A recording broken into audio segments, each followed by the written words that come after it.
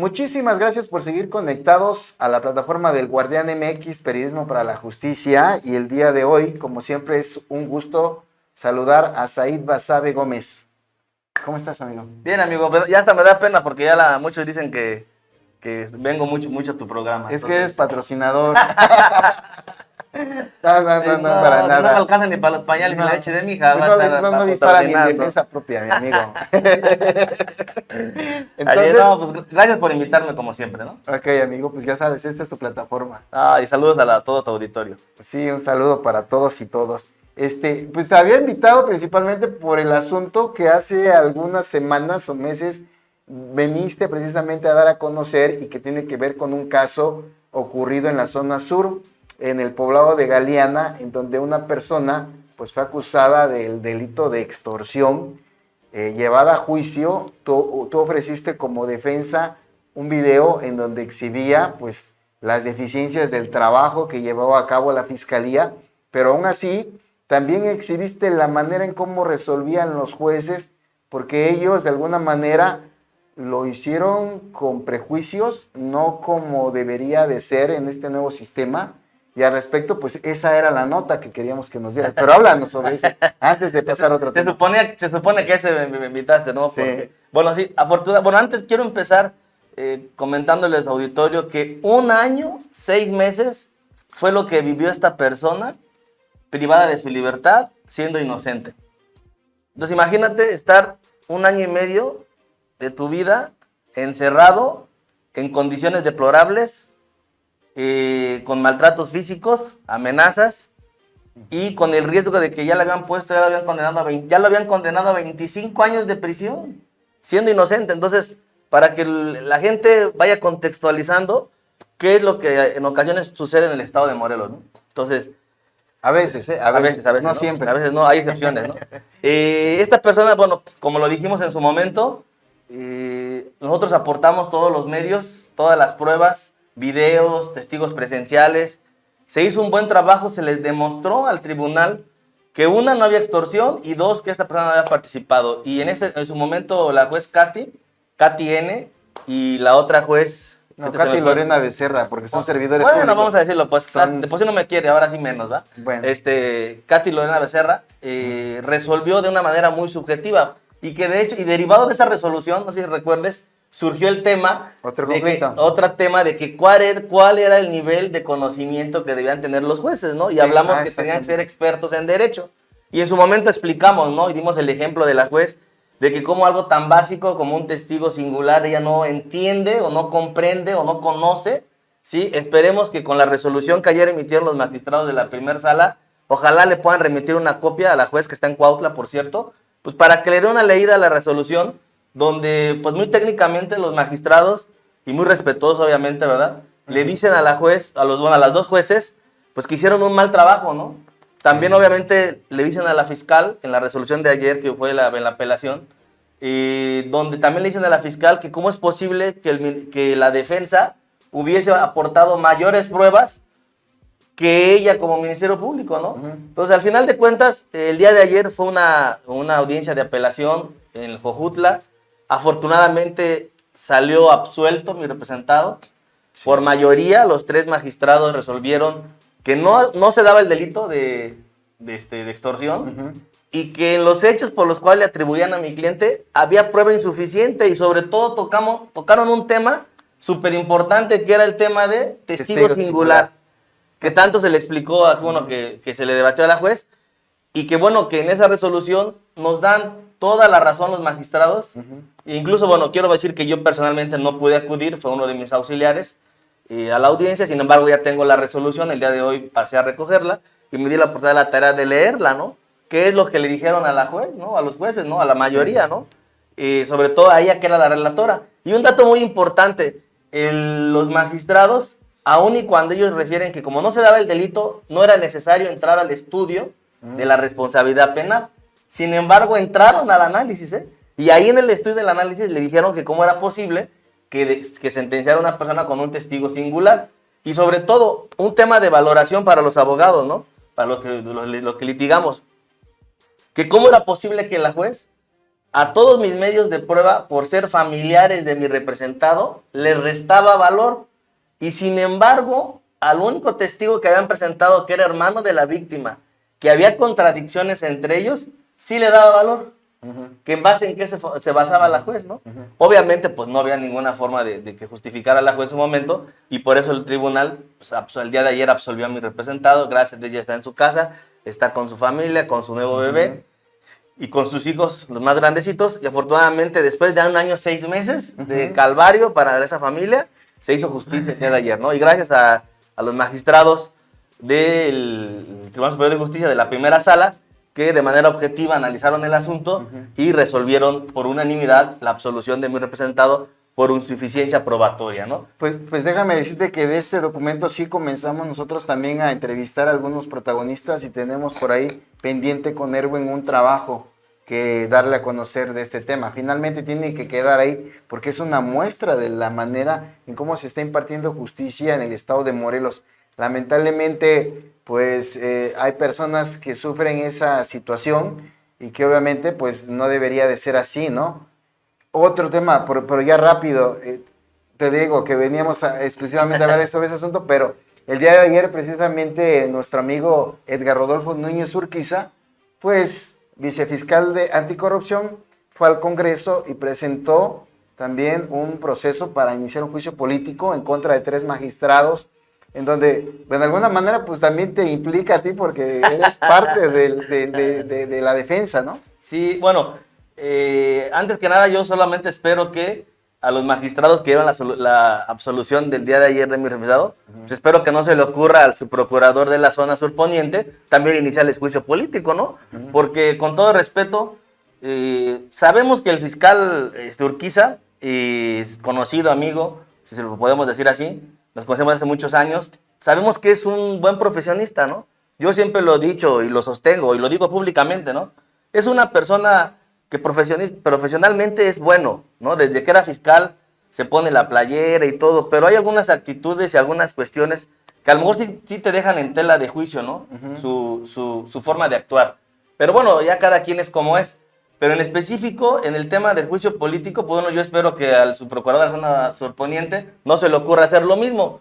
Porque yo lo que observo aquí, con todo el respeto, es que lo que está tratando de hacer el vicefiscal Urquiza es intimidar a los magistrados. Como ya lo hizo el intimidar a algunos jueces. Y ahí están, y yo no lo digo yo, ahí están las carpetas que él ha iniciado en contra de jueces, porque al momento de desahogar un juicio, él se siente ofendido o él se siente que no son imparciales, que hay una parcialidad, y de oficio inicia las denuncias en contra de los jueces. Sí. Entonces, ¿eso cómo se llama? Intimidación. Y ahora lo que pretende hacer el señor con este juicio político, sí, que es perdón, con todo respeto, pero es algo irrisorio, es fomentar o empezar a amedrentar a los magistrados para que en sus asuntos no se metan con él.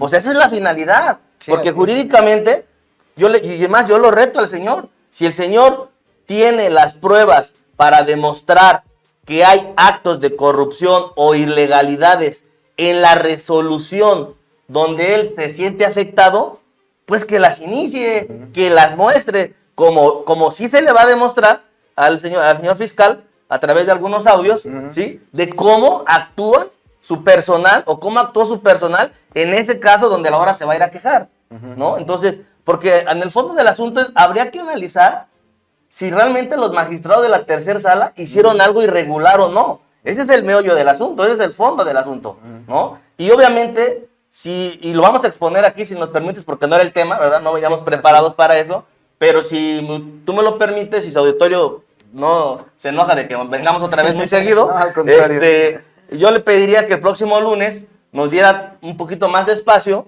para que podamos analizar este asunto de fondo y que la gente conozca, y sobre todo que este video le llegue a los diputados, porque al final de cuentas no podemos permitir, yo lo comentaba con algo hace rato en la mañana, no podemos permitir que al Poder Judicial se le empiece a amedrentar. O sea, no puede otro poder del Estado empezar a presionar al Poder Judicial. Necesitamos un Poder Judicial autónomo, independiente, que sus resoluciones las haga conforme a derecho. Si se equivocaron, como en el caso que estoy diciendo de la juez Katy, bueno, que sea por ignorancia, o que sea por desconocimiento, o porque la víctima la convenció, pero no por presiones de un poder diverso, o de un instituto, o un órgano autónomo, como lo pretende hacer el fiscal Urquiza, ¿no? Porque no es otra cosa más que intimidar. Y eso sí, que quede claro, no vamos a permitir que al Poder Judicial se intimide. ¿Cómo cree? Pues si se logra eso que él pretende, intimidar, pues imagínense, entonces ya todos los magistrados ya no van a poder resolver en contra de la fiscalía porque pues, les van a iniciar juicio político. Es algo irrisorio, con todo respeto. ¿Hay comentarios? Yo tenía una pregunta. Bueno, en el caso, si tú estás diciendo que él está incurriendo en algo que no debe de ser, no puede ser sancionado él por hacer este tipo de documentos, presentarlos. Es que aquí el problema sería, o sea, la anticorrupción, o sea, ¿quién revisa el actuar de la anticorrupción? O sea, debe haber un ente que lo revise, y en este caso debe ser el control interno, que lo preside Velarde. Pero también a Velarde lo tienen, mejor no me hagas hacer la expresión, pero lo tienen sujetado. No me pregunten de dónde, pero imagínense de dónde lo tienen sujetado, ¿no? O sea, no puede hacer nada el señor. Pues, sí. Pero él es el que tendría que, como órgano interno, poner en cintura a las irregularidades que está cometiendo la Fiscalía Anticorrupción. Y que si me lo permites, el día lunes, si Dios nos presta vida, estaremos aquí y ya con más calma expondremos, pues, contextualizaremos lo que esta persona fue a hacer al Congreso, ¿no? Y que es importante que le llegue información a los diputados y que los diputados pues no se sorprendan con este tipo de argucias, ¿no? Porque obviamente jurídicamente el señor sabe que ya no puede hacer nada. Por eso lo único que viene a hacer es levantar el juicio político, porque sabe que un amparo es improcedente. ¿Por qué? Porque ya decretaron la suspensión condicional. Entonces ya es un acto consumado. El señor no puede irse a un amparo, ¿sí? No lo hizo en tiempo y forma porque fue muy rápido, ¿no? No lo pudo porque los magistrados ordenaron que fuera inmediatamente. Entonces no puede recurrirlo ya.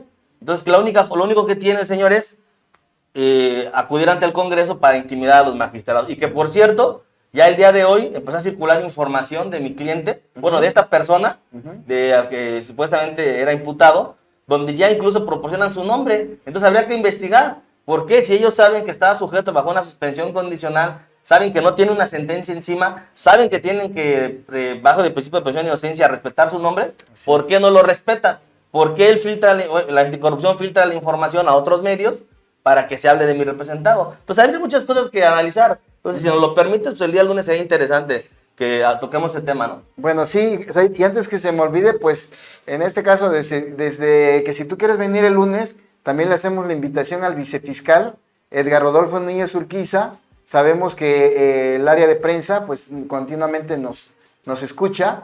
Los invitamos para que obviamente hagan uso de este espacio y que vengan a debatir también, ¿no? Si él dice que hay una responsabilidad por parte de los magistrados, pues adelante, que aquí en este espacio pues diga cuáles son esos elementos que él considera que deben de ser importantes como para poder someter a este proceso a los magistrados. No, y hablar con documentos en la mano, porque obviamente en la declaración que da información sesgada y falsa.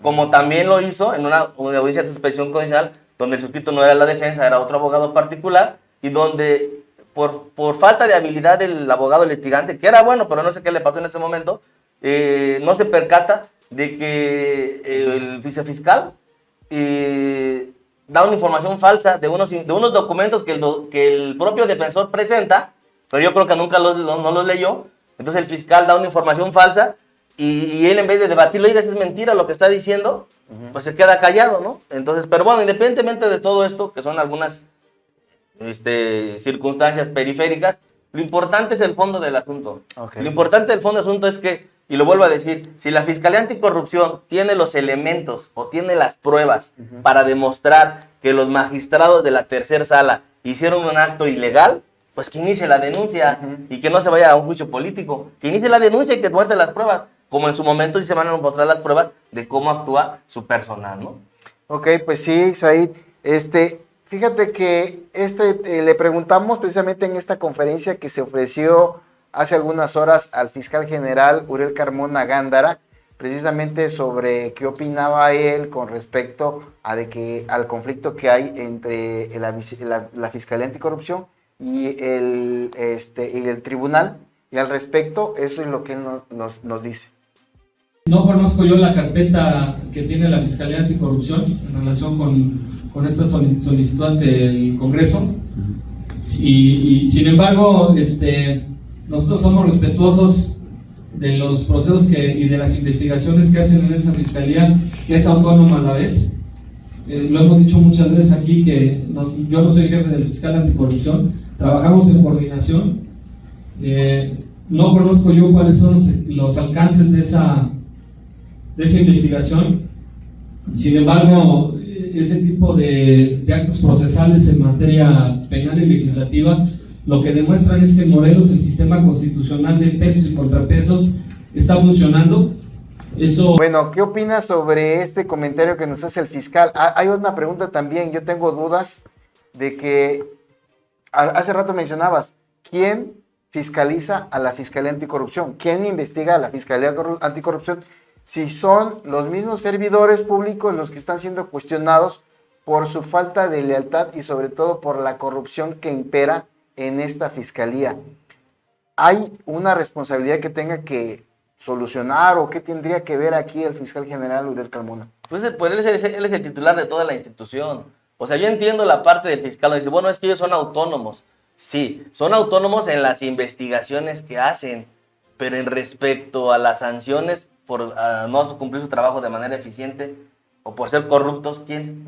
O porque hizo mal procedimiento, porque como en su momento se va a demostrar, ¿no? Todas las irregularidades que ellos cometieron, ¿quién los sanciona? Claro que el fiscal tiene su órgano de control interno, está visitaduría y tiene incluso el órgano de control que es Velarde, ¿no? Que pero pues no hace nada. Es el problema, ¿no? Que actualmente se les ha dado mucha facilidad a esa Fiscalía Anticorrupción y la están ocupando de mala manera, ¿no? O sea, porque le están dando las herramientas para que hicieran un buen trabajo, pero por lo que vemos, no están haciendo el trabajo de manera objetiva, ¿no? Y es que quizás algunos de ustedes se pregunten, bueno, ¿por qué tanto que acusan y todo? Finalmente, vamos a ser breves, le vamos a presentar este audio que precisamente nos hacen llegar una parte de un conflicto en donde agentes de la policía de investigación criminal extorsionan a la esposa de una persona que es imputada. Por favor, vamos con el audio. Señor, pero es que yo no sé, yo ni sabía ni qué problema había. Yo estoy sola con mis hijos. Si yo supiera, yo para sacar a mi esposo, yo les digo. Por mí no hay problema. Yo con tal de que esté mi esposo con mis hijos, yo les digo. Pero pues si no sé cómo quieren que yo le haga. Y luego así como me lo están poniendo de que bien difícil, pues ya hasta yo tengo miedo. Bueno, entonces, ¿cómo la hacemos? Pues usted dígame. Mira, no le vamos a poner estos tontos, ¿vale? Sí, dígame. Bueno, entonces hazme 2 depósitos sin tarjeta. No, no, señor, si con trabajos puedo con los gastos ahorita de mis hijos, ¿cómo cree? Y yo, a ver, yo le hago los depósitos y luego... contar, no, pues es que ahí no van a encontrar nada, adelante, háganla. ¿Cuánto quiere para depositarle? Nada más de 2 depósitos de 4,000 pesos. No, manche, no, pues no, ¿cómo cree? No te digo dónde está la computadora. Pero ¿cómo le voy a decir si yo no sé? Si yo supiera, se lo juro por mis hijos que yo ya lo hubiera dicho. Haz menos de 5,000 pesos. No te quiero lograr. La madre, no, es que a mí me dan en la madre, Polio. No sé qué sea, pero me dan en la madre. Yo tengo... ¿Usted qué es? ¿Es qué? Agente de investigación criminal. ¿Pero de qué o qué? Es que no sé yo ni qué onda. Bueno, entonces ya pusieron a tu cuñado. Entonces también vamos por tu cuñado. Pero si no me dices dónde está la computadora, te voy a girar la orden. Pues es que yo ahí en la casa yo no tengo nada, señor, entiendan. Yo no sabía ni de qué estaban hablando. Y bueno, ya que te tenemos aquí, Said, pues danos un poquito más del contexto de este asunto. Bueno, como el auditorio pudo escuchar y todos pudieron escuchar, es un audio donde policías de investigación criminal de la Fiscalía Anticorrupción le están pidiendo 2 depósitos de 5,000 a una mujer. Pero pero esos depósitos es sin tarjeta, para que no quede registro. Y es a cambio de que no le hagan un cateo a uno de sus domicilios. Ahora, ¿quién es esta persona? ¿Quién es esta mujer? Es la esposa de la persona que tenían relacionada como imputada en el robo de la computadora, porque ahí le piden una computadora, que era de la Fiscalía Anticorrupción, y que es el asunto por el cual el fiscal Urquiza fue a pedir a los magistrados, al Congreso, que se inicie un juicio político en contra de los magistrados. O sea, ¿por qué? Porque vamos a contextualizar. ¿Por qué se va a quejar el fiscal Urquiza de un juicio político? Porque los magistrados analizan una apelación donde la juez de control le niega el acceso a una suspensión condicional a esta persona con el argumento de que como habían robado una computadora que tenía información supuestamente importante, era motivo para no darle una suspensión. Obviamente, legalmente, todos los que litigamos sabemos que esa no es una oposición fundada. Máxime porque no había ninguna prueba que demuestre que el señor que se robó esas computadoras supiese de la información, o sea, que él hubiese robado la información, sino fue accidental. Él robó pero sin saber que tenía esas computadoras, ¿me explico? Entonces, la sala analiza, se da cuenta que la jueza Alejandra Trejo se excede en negarle la suspensión, y entonces ordenan de manera inmediata a la juez que incluso ya sin debatir y sin nada, que únicamente resolviera que era procedente la suspensión. Entonces, se decreta la suspensión, la persona tiene que pagar 8,500 pesos, porque quede claro, esos 8,500 pesos lo evaluó el perito oficial de ellos, ¿eh? O sea, no lo hizo nosotros, no nadie, el oficial. Y aún así están. Entonces, lo contextualizo es muy general, porque sí me gustaría que el lunes, si nos permite, se ponga todo el audio y se contextualice todo el... Sí, de hecho, porque ya estamos a un minuto de terminar esta emisión. Entonces vamos a dejar este tema para el próximo lunes. Nos vamos a exponer todo el audio en donde sostiene esta conversación con esta gente. Y dice uno, bueno, ¿cómo saber que realmente esta persona es agente? Dio detalles de... Sí, claro, que en su momento, ¿no? El lunes vamos a explicar por qué tenemos la certeza de que son policías de investigación criminal. ¿Por qué? En su momento el lunes lo vamos a decir, porque dan información que solamente ellos sabían.